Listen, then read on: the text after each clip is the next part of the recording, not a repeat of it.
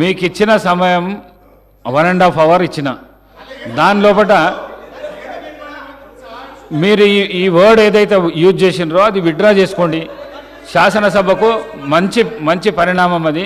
Withdraw చేసుకో. ఒక సభా నాయకుని మీద ఈ విధంగా మీరు వ్యాఖ్యానాలు చేయడం మంచిది కాదు. విత్డ్రా చేసుకోండి. సార్ నేను కామెంట్ చేయలేదు సార్.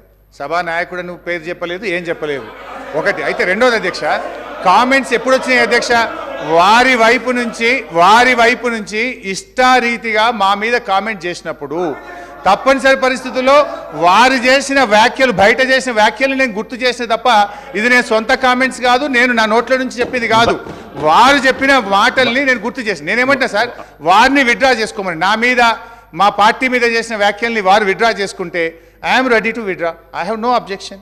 నాకు కూడా ఈ సభ హుందాగా నడవాలని కోరుకుంటున్నా అధ్యక్ష. హరీష్ రావు గారు, నేను ఇంకా చాలా విషయాలు చెప్పాల్సి ఉండే కానీ హరీష్ రావు గారు, రాజగోపాల్ రెడ్డి గారు మీ మీద ఏమన్నా అభియోగం చేస్తే మీరు వారి మీద చేయండి, కానీ దాన్ని తీసుకొని వారన్నదే చెప్పిన సార్. రాజగోపాల్ రెడ్డి గారు బయట ఏం మాట్లాడిండో అది గుర్తు చేసిన. రాజగోపాల్ రెడ్డి గారు చెప్పిన తప్ప నేను సొంతగా చెప్పలేదు, నేను కొత్త ఆరోపణలు చేయలేదు. బయట మాట్లాడిన మాటలు హౌస్ లో మాట్లాడడానికి ప్రయత్నం చేయకండి.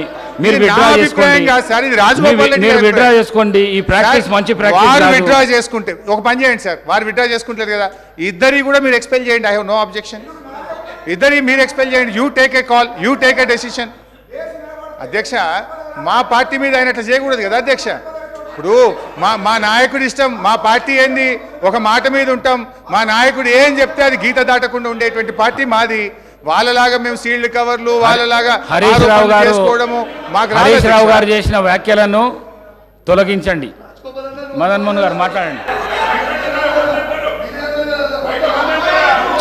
కూర్చో సార్.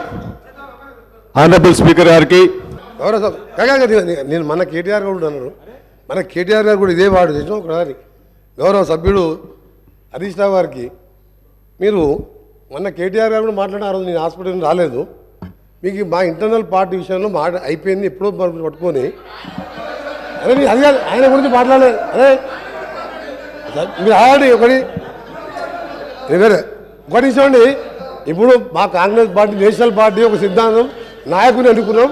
ముఖ్యమంత్రి గారు రేవంత్ రెడ్డి గారు ఉన్నారు, ఆయన నాయకత్వంలో ఇలా మంత్రివర్గం ఏర్పడి గవర్నమెంట్ ఏర్పడింది. మీకేం పని లేదా? మీరు ఏం చేసిన 10 ఏళ్లలో ఏ విధంగా పెట్టిను, ఎట్లా దోసుకున్నారో ఇలా ప్రజల ముందు బయట పెడుతుంటే మీరు పాటు పెట్టుకుంటా. నీకేమైనా ఉంటే 10 ఏళ్లలో నువ్వు ఏం చేసినావు? ఒక ఉద్యోగం ఇచ్చినావా, ఒక ఇల్లు కట్టినావా?